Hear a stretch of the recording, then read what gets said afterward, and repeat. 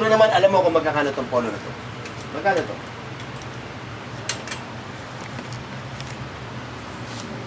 Okay, tingnan mo. Ha? 165. Sasabihin ko sa'yo, 150 na lang, pwede pa yun. Okay, mabayaran kita 150. Binigyan ka ng 200. Magkano susukli mo sa akin? So, tama ang pag-iisip ninyo. Maganda ha, matino ang pag-iisip niyo lahat. At titiyakin ko matino ang pag-iisip niyo dahil hindi ko ng tanga rito si brother. Dahil hindi niya isasalang-alang ang kahinaan ng ulo ninyo para ibenta ang kanyang paninda. Dahil yan, na malayo pa pinanggalingan, siguro, mga 20, 50 lang ang puho niya. Bibigyan ka ng, sasabihin ng presyo, kunwari 50, tapos ibibenta siya ng 20, bibenta mo ng 20. Yung suklihan, kailangan, siyempre, may parang, alam ko, may isang paata kayo dito eh. Wala na? Pag natipuan lang kayo sa konti tanong, tanggap na kagad, di ba, no? Pero alam niya, may isip ka. Okay, now, tatanungin ko kayo ngayon. Ilan tong hawak ko? Sigurado kayo? Hindi. Itong puno nito. Hindi. Tama yung sagot mo. May hanger ka pa eh. Alisin ko yung hanger. Para walang philosophy. Hindi. Huwag kayo tatawa. This is a very serious question. This is a very serious question. Kala nyo lang mahirap. Kala nyo lang madali. Ilan to? Isa. Sigurado kayo? Okay, lalagay ko dito sinabing isa. Kung sasabihin ko sa inyo 10 yan, papayag kayo? Hindi? Hindi. Talaga? Talaga? Kahit anong mangyari, hindi kayo papayag? Okay. Matino ang pag-iisip ninyo. May sinabi ako sa inyo kanina. Asan ba gusto niyo? Sa tama o mali? Di ba na gano'n? Ayaw niyo yung tama o gusto niyo mali? Sabi niyo, tama kami. Ayaw namin na mali. Okay. May tatanong ako sa inyo. Asan ba si Muslim? Ah, ito, Muslim to eh. Maranaw to eh. Christian kayo dyan? Ilan ang Diyos nyo? Isa. Very good. Muslim, ilan ang Diyos mo? Isa. Pa naman? Eh, bakit pa nagkaroon ng Muslim? Bakit pa nagkaroon pa ng Christian? O iisa lang din pala ang Diyos ninyo. Di ba, no? Meron kayong problema ron. Yung tanong ko na yon, ang isasagot ninyo tama, pero mali. Siya naman, sumagot siya ng tama at yun ang tama. Uy, siyempre sasabihin mong ganyan nyo kasi Muslim ka. Yun yung sinabi ko sa inyo kanina na ayokong magkakaroon ng chismisan kami dito. Gamitin nyo ang mind nyo, kaya nagtanong ako sa inyo kung magkakano yung presyo, tumawad ako, binigyan kita ng pera, sinuklian mo ko, ibig sabihin, yung ipapaliwanag ko rito, kayang isipin ng isip ninyo. At kayo ang magdidesisyon kung kayo nga ba ay nasa tama o nasa mali. Mahal kayo ng kapatid. At ako naman, nung iikot, pupunta ako kung saan-saan, ito ang isa sa pagsisikap ko na ipaabot ko sa inyo sa abot ng aking makakaya na wala kasi kayong alam sa nangyayari. Ang alam nyo lang, pinanganak kayong may kaya o pinanganak kayong mahirap, nagtrabaho kayo, pagkatrabaho nyo, sisweldohan kayo, yung sweldo ninyo, papakain nyo sa pamilya nyo, yung sweldo nyo, papakain nyo sa mga anak nyo, bibigyan nyo sa nanay nyo, sa tatay nyo, papasok kayo sa eskwela, maging abogado kayo, etc. bla bla bla. Hindi nyo alam ngayon, pag namatay kayo ngayon, saan ang punta ninyo? Yung mga matay, dalawa lang ang tao, buhay, patay. Walang taong mamabubuhay lagi, lahat mamamatay. Tanungin natin ngayon ang sarili ninyo. Pag namatay kaya ang mga Kristiyano, saan kaya kayo dadalhin? Sa paraiso o sa impyerno? Walang kayong masasagot, di ba, no? Dapat kayo nyo sagutin yan. Bakit kayo nyo sagutin? Ang sabi ng doktrina ninyo, sa bagay bata pa kayo, pero alam ko narinig nyo to. Ang sabi ng doktrina ninyo, namatay si Jesus, tinubos ng kanyang dugo ang kasalanan ng tao. Tama? O, so, pagpag-isyo na kayo, kailan pa namatay si Kristo? Noon pang wala pang petsa, namatay na siya. Di ba? O, so ibig sabihin kahit na walang hiyakan tao ngayon, ano man ang gawin mo, para iso ka. Kasi bakit tinubos na ni Kristo ang kasalanan ninyo? Common sense. Tama ba ako? Mali? Di ba, Sigyo? Tama, common sense lang, di ba, no? Ay, walang insultuhan dito, ha? Walang persona lang, kumbaga. Nagsasalita lang ako. After ko magpaliwanag, mamaya kayo magtanong. Kahit na masakit, tanungin nyo. Sasabihin mo na, Brad, bakit ikaw ang pangit mo? Sasabihin ko sa'yo, wala akong magagawa, Brad. Ganun talaga ang pagkabuhan ko. Pagkalalaki ko, pangit talaga ako. Diba, no? Walang masakit. Walang masama ako. What I mean to say, ang sabi ni Muslim kanina, isa lang ang Diyos niya, isa lang ang Diyos nyo. Titingnan ninyo, sasabihin ko sa inyo. Yung sagutin nyo yun, sa palagay nyo lang, tama pero mali. Okay, Muslim, huwag ka muna umalis, may tatanong ka, Brad! Okay. Sasabihin natin, sa bagay, Muslim din naman siya ngayon. Diba, no? Siya na lang magpapalo up. Sabi niya, isa lang ang Diyos niya. Sabi mo, isang Diyos mo. Tingnan niyo, mali yung isasagot ninyo. Sis, yung isang Diyos na kinikilala mo, anong pangalan? Allah. Sabi niya, Allah. Maliban sa Allah, sino pa? Wala nang iba. Wala nang iba. Oh, baka mayroon pa. Wala na. Sure ka? Yes. Okay, Very now, sure. Allah. Ang Christian, dahil ako dati pastor. Anak ko lang kayo. Alam mo ba, 23 years old ka? Matanda pa siya yung bunso ko. Anak ko yan mga yan. Anak ko yan. Maganda na talaga ang lalaki kaya hindi halata. Ha? Kala mo magkakapatid lang kami. Ako na ang nagsabi nun, hindi naman kayo. So, ibig ko sabihin, ilan ang Diyos ng mga Christian? Ako na ang sasagot, dati akong pastor eh. Sabi niyo isa, di ba? Walang bawian yun, ha? Sabi niyo isa, di ba? Sabi niya siya isa. Sabi ng Christian siya isa. Pag pinagpagdilan niyo mo, eh, patayos nga naman, bakit naman tayo magtatalo pa? Di ba, no? Ano ba pag-uusapan natin, Brad? Magtitinda ako, sayang naman yung oras namin. Walis ka na dyan. Takan ako sa pupunta. Isa lang ang Diyos namin. Talagang nga bang isa? At yung isa bang yun na makakatutulong sa iyo sa paraiso? Tingnan mo. Di ba ang Diyos ng Christian, isa? Diyos Ama? Tama ba ako? Sumunod? Sumunod? Oo. Ilan ang Diyos nyo? O, eh, bakit sabi nyo isa? O, ngayon, tanungin ko kayo, ilan to? Ha? Okay, lalagay ko dito. Sinabi ko sa inyo, tatlo yan. Payag kayo? Come on. This is it. This is what I told you. Ang concept ng isa, pwede bang maging dalawa? Pwede. Kung ang pinag-uusapan, isang pares. Tama, no? Eh, ang tanong natin, ilan ang Diyos mo? Wala naman ako sinabing, ilang pares ang Diyos mo? This is a very clear question. Tama ba ako, mga anak? Naintindihan niyo ba ko yun? Tika? Tika ba? Tama ba? Wala akong sinabing ilang pares ang Diyos mo. Ang sabi ko, ilan ang Diyos mo? Sabi mo, isa. Sabi ko, ilan to? Sabi nyo, isa. Ay, totoo, isa naman talaga to. Pag ginawa ko itong tatlo, kunwari, bibila ko, oh, sister, tatawaran ko to 150. Tapos, maya-maya, babalot mo pala tatlo? Ganun ba? Isa lang. Pag tinatlo mong balot sa isa kong binayaran, eh, lugi si brother. Tama, no? Ngayon, ang tanong ngayon is ganito. Teka nga muna. Sa isang kabataan ninyo, tutulungan ko kayo. My name is Ernesto Cruz when I was a Christian. I'm graduate in Fiat University. Bachelor of Science sa Mechanical Engineer. Nag-aral ako sa Christian, 4 years. Naging pastor ako dyan, 18 years. 18 years ako nag-aral, naging pastor dyan. Pinakita ko ang Islam, yung 18 years yun, nakita ko ng 14 years yun, ni-research ko siya. Pag-research ko sa kanya, napatunayan ko ito ang talagang tunay na pagpupulit pagkakila, ang tamang proseso sa pagsamba. Kaya ako lumipat. Paglipat ko dito, nandito tayo ngayon, nag-uusap. Kaya naman tutulungan ko na lang kayo, makinig na lang kayo. Ano ang naging dahilan bakit naging tatlo ang Diyos nyo? Ano ang naging dahilan bakit ang Diyos nyo si Jesus? Diba? Panginoon kong Jesus, patawarin mo ako. Panginoon kong Jesus, ikaw lang ang pinaka-Diyos namin. Wala ka lang dapat, wala na kaming ibang Diyos na sasambahin. Ikaw lang, Panginoon kong Jesus. Di ba? Dahil kasi nga, naging Diyos siya eh.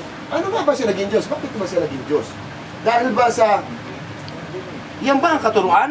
Hindi naman niya katuruan yan ang tinanggap ninyo. Hindi naman niya katuruan eh. Alam niyo kung bakit kayo naging Kristiyano? Kasi ang nanay niyo, Kristiyano. Tama?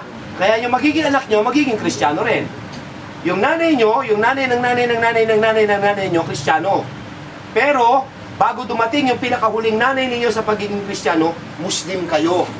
As me, as a professor of exclusive private school, exclusive and private schools. Bakit kayo Muslim?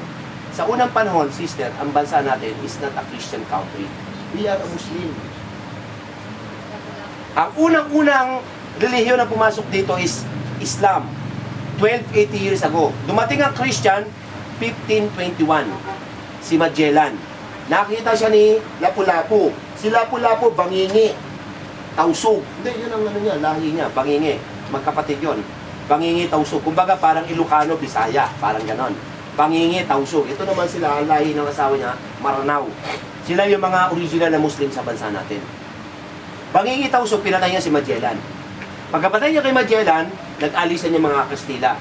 Bumelta sila na 1565 sa pamumuno ni Miguel Lopez de Legazpi. Hindi na nanalo ang mga Musliman. Ang 100% ng mga Muslim, ang 5% nagtakbuhan sa dulo ng Mindanao. Sila na yung mga Tausug, Bangingi, Maranao, Maguindanao, Tausug, kung ano pa man. Yung 30% namatay sa pakikipagdigma sa Kastila. Yung 60% nasakop tayo ng mga Kristiyano, kung tawagin pa sa Philippine history, kung nag-aral kayo, cross at espada. Tama? Itong bayan ninyo to sa una, pag pumunta kayo doon sa simbahan, mapapansin nyo simbahan yan, munisipyo harap, di ba may plaza dyan? Sa unang panahon ng tawag dito, hindi, ano ba to, Calbayog City? Okay, hindi to city. Ang tawag sa unang panahon dito, Pueblong Bayan. Ang Pueblong Bayan, yung mga bayan na tinatawag na city ngayon. Lahat ng mga city na baryo ngayon na bayan, meron ka makikita dyan ng mga simbahan ng mga sinauna. Noon nandito pa yung mga Kastila. Mapapansin niya, simbahan, plaza, munisipyo. Ang tawag dyan, Pueblong Bayan. Ang nakatira dyan sa paligid ng simbahan na yan, tinatawag na mga kamistisuhan. Ang kamistisuhan, ang Pilipino, hinati ng Kastila sa 5 tao. Sino yung tatlo na yun? Ay, sino yung 5 na yun? Una, Creoles. Pangalawa, Insulares. Pangatlo, Peninsulares. Yung tatlo na yan, na may mga lahing dugong Kastila, katulad ko. Kami ang mga matataas na tao sa unang panahon. Patawarin niyo ako. Sila naman na may gawa, hindi naman ako. Kami lang ang pwede magsimba dati dyan.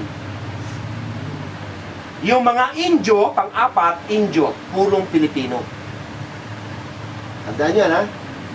Hindi kayo pwede magsimba dati dyan. At yung pang-5 na pinakamababang tao dito, Pinochinoy. Walang kwenta dati yung mga Chinese. Eh ako, half Chinese ako dahil sa mother ko Dahil ang father ko, Kastila, Amerikano, Hapon. 4 ang dugo ko Chinese, Spanish, Japanese, Chinese, Pilipina. Pinochinoy yung mother ko. Father ko, Spanish. Yung mga hindi nakatira dyan, yung mga nakatira dyan kung tawagin kamistisuhan. Yan yung mga ilustrado. Yan yung lumabas na yung mga sikat dyan, sila Marcelo del Pilar, sila Jose Rizal, sila Lopez Haina. Yan. Si Bonifacio, hindi si Bonifacio. Indio lang yan. Indio lang yan si Bonifacio. Hindi siya kasama sa mga, kung tawagin pa ngayon, mga capital S. Yan. So, ibig ko sabihin, mga minamahal ko sister, nung dumating sila dito, naging Kastila na tayo. So, hindi nyo alam na kayo pala aninuno ninyo Muslim. Maari, yung may-ari ng tindahan nito, maaring tsuhin ninyo. Di ba? Maaring pinsan ninyo. Ang mga tingin ng mga maranaw sa inyo, ng mga tausog, at tingin sa inyo, kamag-anak kayo. Kayo ang kamag-anak ko, o sabi nila, kunwari ako sila, no? Maranaw tausog. Kayo mga kamag-anak ko, mga suwail, tumalikod, mga duwag. Yung mga ninuno ninyo, na natakot, imbis na lumaban sa Kastila, sumanib, dahil ayaw mamatay. Ganun yun. Generation, wala ka nang alam. Ang tanong ngayon, ano ang bitbit ni Miguel Lopez de Legazpi? Paano niya natutunan na si Jesus daw ay isang Diyos? Paano niya napatunayan na si Jesus nga isang Diyos? Bitbit niya ang Bible. Sabi niya, si Jesus ay Diyos Ama, Diyos Anak, Diyos Espiritu. O, pasensya na kayo sa Bible ko, luma na. Mas maganda naman yung luma kaysa bago. Sabi niya, si Jesus ay Diyos Ama, Diyos Anak, Diyos Espiritu.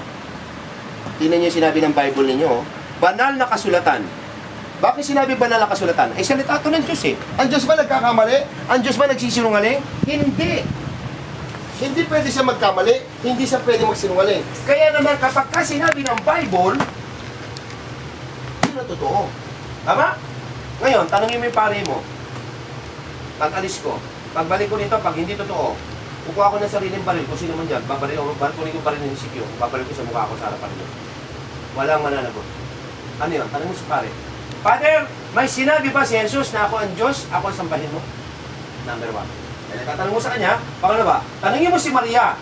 May sinabi ba ang Biblia na sinabi ni Maria, tinawag niya ba si Jesus na, anak ko, Diyos ko, sumuso ka na?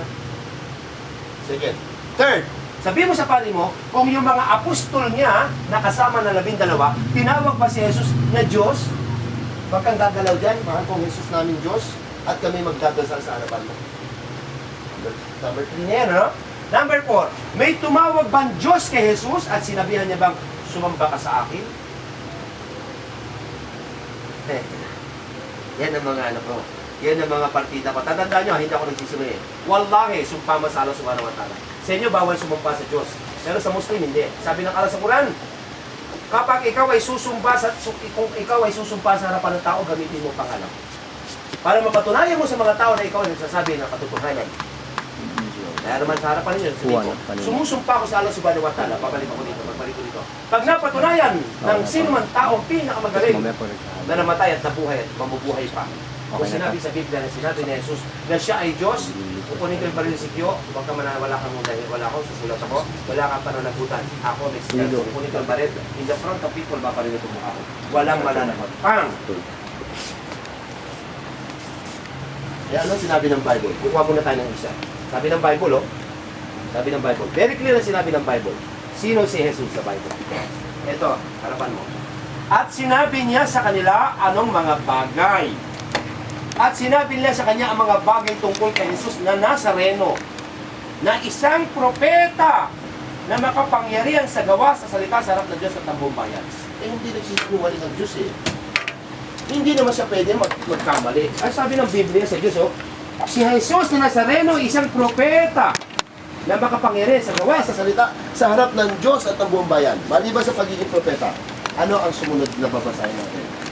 Dahil siyempre, propeta siya, sinugo siya. Yun yung sinabi ni mismo. Si Jesus mismo nagsabi sa Juan 17, upang silang lahat ay maging isa na gaya mo, Ama, sa akin at ako'y sa iyo, na sila lamang sumaatin upang ang sanglibutan ay sumampalataya na ako'y sinugo mo. Sinugo lang siya. Propeta na, sinugo pa eh. At ang pangatlo, ibigyan ko kayo ng panapos kung talaga ba Diyos si Jesus. Sabi ng Biblia, oh, sapagkat may isang Diyos at may isang tagapamagitan sa Diyos at sa mga tao. Ang taong si Kristo Jesus. Ngayon, dumating si Soriano. Si Soriano, napapanood niyo sa TV, no? At kagaling-galing. May nagtanong nga sa kanya eh, si Jesus ba ang gumawa ng mundo? Kung talaga ba siya ang Diyos? Sabi niya, Sister, manong pa siya eh. Mahilig dumura yun eh. Nung nilalalang ng Diyos ang mundo, kitang-kita ni Jesus ang paglalang ng Diyos sa mundo. Tanongin kita, ilan ba ang Diyos? Sabi mo, isa. Tama.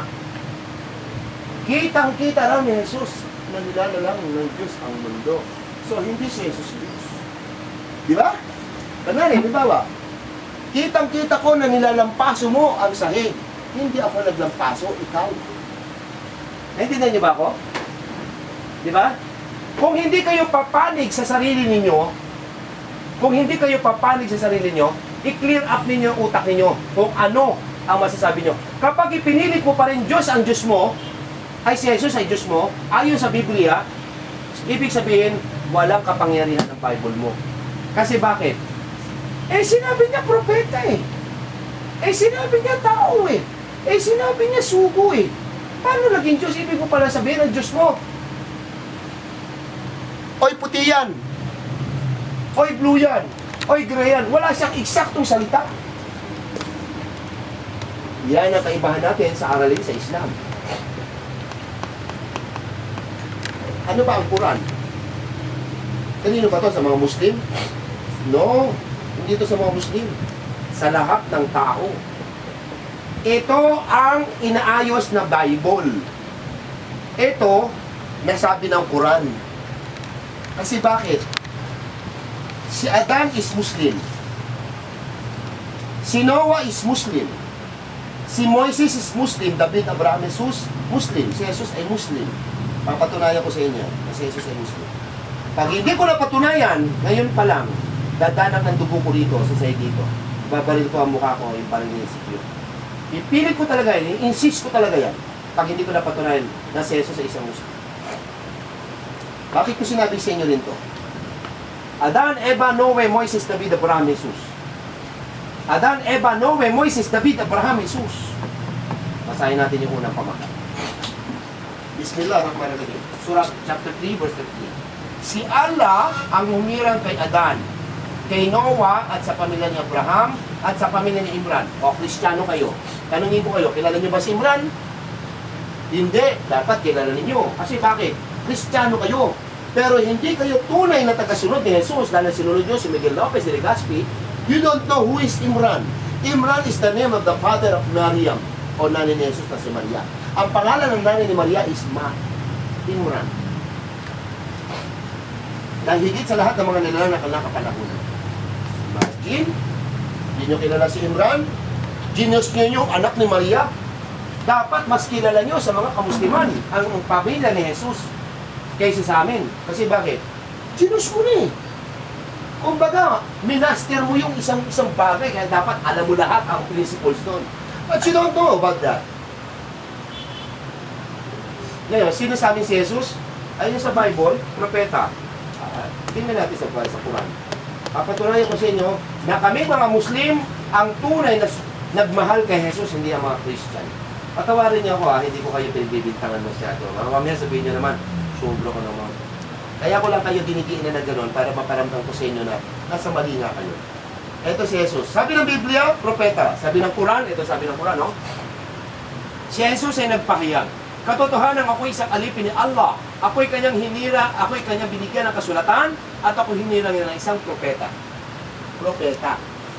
Sa Quran, propeta. Teka muna si brother, pwede ako magtanong. Paano naging Diyos si Jesus na wala naman akong kaalam-alam?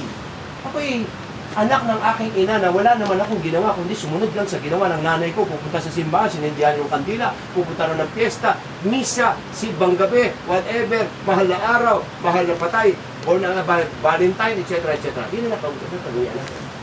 Ano ang naging dahilan? Bakit nga ba naging Diyos si Jesus? Dahil ako isang profesor, meron akong dinala isang libro na pwede niyong pagkatiwalaan. Hindi ko kakampi ninyo. World history.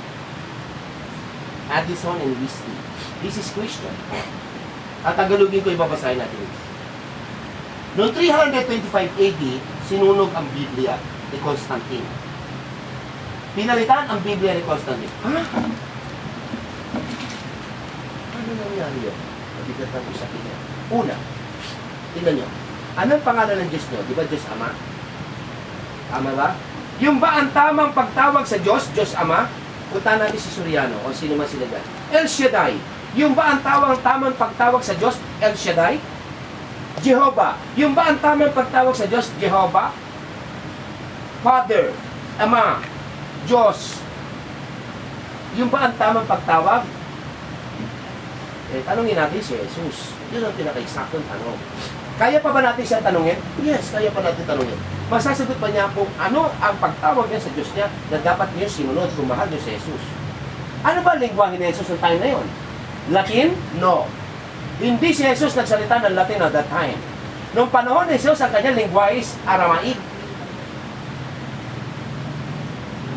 Bago siya namatay sa Biblia, meron siyang sinabi sa salitang Aramaic na pwede kong ipagyabang sa inyo. Dahil bakit? Siyempre, hindi ako magsasalita dito ng hindi authenticated. Dapat yung sinabi ng kasulatan. Tingnan nyo, tanongin natin. Jesus, ikaw ba'y isang Pilipino para tawagin mo ang Diyos mo na Diyos Ama? Hindi. Ikaw ba'y naging Latin para tawagin mo ang Diyos mo ng El Shaddai o Jehovah, whatever? Ang El Shaddai, ang mga Jehovah, o ano man ang tawag nila, this is only invented name. Tatlo Semitic language ang ginamit ng mga propeta. Semitic language means original language at that time yung panahon na yun. Una, sa encyclopedia, puntahan nyo. Basahin nyo. Encyclopedia, ang isang Semitic language ang ginamit ng mga propeta is Hebrew. Ang tawag nila Moises, David, Abraham sa kanilang Diyos, sa Hebrew name is Elohim. This is Hebrew. And this is right. Tanungin natin si Jesus. Jesus Christ is Aramaic. Ang tawag ni Jesus Christ sa Diyos niya, na dapat ang pagtawag niya sa Diyos niya, na Aramaic is, eto sabi ni Jesus. Nakapako siya, mamamatay na siya nun. Sabi niya, at ng oras ng ikasiyam ay sumigaw si Jesus sa malakas at tinig. Eloi, Eloi, lama sabachthani. Kung liliwanagin, Diyos ko, bakit mo ako pinabayaan? Doon pa lang huwag na natin pahabain si Jesus hindi na Diyos Kasi sabi niya, Diyos nung namatay siya, sabi niya, Diyos ko, Eloi, Eloi, yung ibang Bible, Elahi, Elahi, lama sabachthani. Diyos ko, ba't mo ako pinabayaan? Wala siya sinabing, Diyos ako, pinabayaan ko sarili ko. Very clear, di ba, brother? Di ba? Kaya naman niya siguro isipin. Alam niyo ba, mga anak, 14 years ko itong ni-research. Kinumpres ko yan, kinukompress ko. Kinuha ko yung mga konti-konti na mas madali niyo maintindihan. Para hindi na kayo mahirapan. Walang bayad, di namin kailangan, hindi naman kailangan magbayad. Makikinig ka na lang. Tanggapin mo, mabuti sa'yo. Hindi mo tinanggap, walang problema. Importante, nagkaksaya ako ng panahon sa'yo. Yun lang ang gusto ko, magkaksaya ako ng panahon sa'yo. And I'm so very proud na magkaksaya ako ng panahon sa'yo. Tanungin natin ang world history, paano naging Joseph? Nung nanalo na si Constantine, naging general siya at that time, tinatawag niya ang mga obispo. Ang pangalan ng mga grupo ng mga obispo sa unang panahon, mga nakiya. 300 na obispo kayo, hindi kayo obispo. Hindi kayo obispo, pero itong mga obispo ito, mga tanga. Bobo. Bakit sila naging bobo? Pumayag sila sa kondisyon ni Constantine. At ang kondisyon na yun na naging bunga, na yun ang binitbit ni Miguel Lopez de Legazpi, na minay na magulang ninyo, at kaya kayo naging ganyan. Ano nga ba yun? Basahin natin sa Walt Disney. English, tatagalin nila. Ito sinabi ng Walt Disney. Beginning in the 3rd century AD, ay simulain ng 300 dekada, Bishop took part in the council to discuss question about the Christian faith. Ang mga obispo na mag-uusap-usap sila patungkol sa yung pananampalataya ni Jesus. Perhaps the most significant council was the Council of Nicaea, yun yung grupo ng mga obispo. 300 bishop from all parts of Roman Empire attend this council. 300 obispo yun ang kumatay na yun. Alam niyo ba kung ano yung pinag-usapan nila? Sinong promotor? Ang promotor niyan, King AD 325 by Constantine. Ibig sabihin nun, AD 25, tinatawag sila ni Constantine. Si Constantine ang promotor ng pagtawag ng meeting na yun. Alam niyo ba kung ano yung sinabi ni Constantine sa kanila? Ni Constantine at tinanggap nila? Sabi niya, the Bishop of Nicaea, tinanggap to kayo hindi kayo obispo pero to katakataka tinanggap nila. Kaya kayo nagkaganyan. The Bishop of Nicaea adopted, tinanggap, the doctrine and doctrina of the Trinity, which sees God as three in Titus, the Father, the Son, and the Holy Spirit in one supreme being. Asara ko na paano ngayon yan? Meron akong ebidensya.